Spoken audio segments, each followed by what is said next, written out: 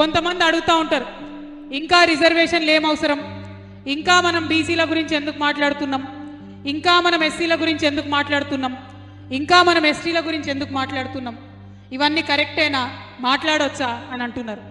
నేను ఒక పేరు చెప్తా మీకు, టికారాం జుల్లి, రాజస్థాన్లో ఉన్నటువంటి Congress party leader of opposition ఈయన అసెంబ్లీలో.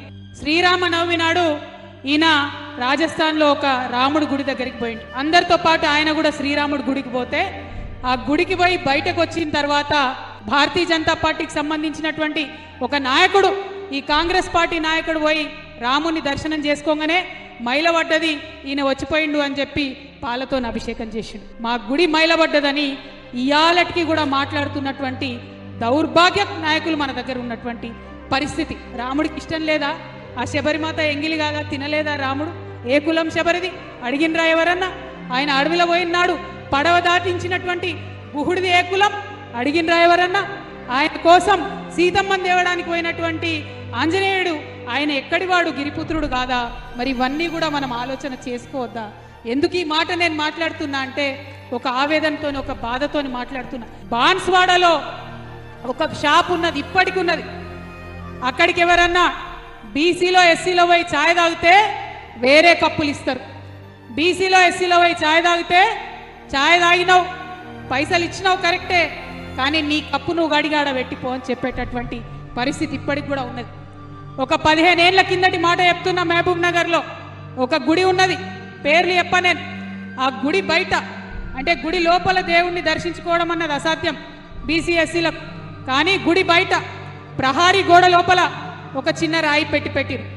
ఆడికి పోవాలి, ఆడ కొబ్బరికాయ కొట్టాలి, దూరంకి వెళ్ళి దేవుణ్ణి దండం పెట్టుకోవాలి, బయటకు వెళ్ళిపోవాలి. పాపం ఆనాడు అక్కడ ఉన్న ఎమ్మెల్యే గారు, ఒక రెడ్డి గారు, ఆయన అరే ఇట్లా అన్యాయం జరుగుతుంది, నేను సహపంక్తి భోజనం పెడతా అని చెప్పి ఆయన సహపంక్తి భోజనం పెట్టి మనందరం సమానమని ఒక మంచి మెసేజ్ ఆయన ఇచ్చిండు. కానీ ఆ మెసేజ్ ఇచ్చి పాపం ఆ పెద్ద మనిషి వంగనే మళ్ళా పాలు తీసుకొచ్చి గుడంతా గడిగినటువంటి పరిస్థితి ఇప్పటికి కూడా ఈ భారతదేశంలో ఉన్నది. ఒక ఎస్సీ ఎస్టీలకే కాదు, బీసీలకు కూడా అనేక సందర్భాలలో అనేకమైన అవమానాలు ఇప్పటికీ జరుగుతున్నటువంటి పరిస్థితి ఈ భారతదేశంలో ఉన్నది. ఇక కొంతమంది పండ్లికి ఇచ్చుకుంటా ఏం అవసరం రిజర్వేషన్లు, ఎందుకోసం మాట్లాడాలి బీసీల కోసము, ఎందుకోసం మీరు ధర్నాలు చేస్తున్నారు, మీకేమొస్తుంది ధర్నాలు చేస్తే అని అంటే ఏమొస్తుందంటే ఆవేశం వస్తుంది, ఆవేదన వస్తుంది, గుండెలల్లోంచి తన్నుకొని వస్తున్నది. నా భారతదేశానికి స్వతంత్రం వచ్చి 75 సంవత్సరాలు దాటిపోయినా ఇంకా కూడా స్వేచ్ఛ, సమానత్వం, సోదరభావం పేర్లలోనే ఉన్నది, పుస్తకాలలోనే ఉన్నది, పేపర్లలోనే ఉన్నది, కానీ వాస్తవంగా భూమిలోకి రాలేదు, వాస్తవంగా అమలైతే లేదు.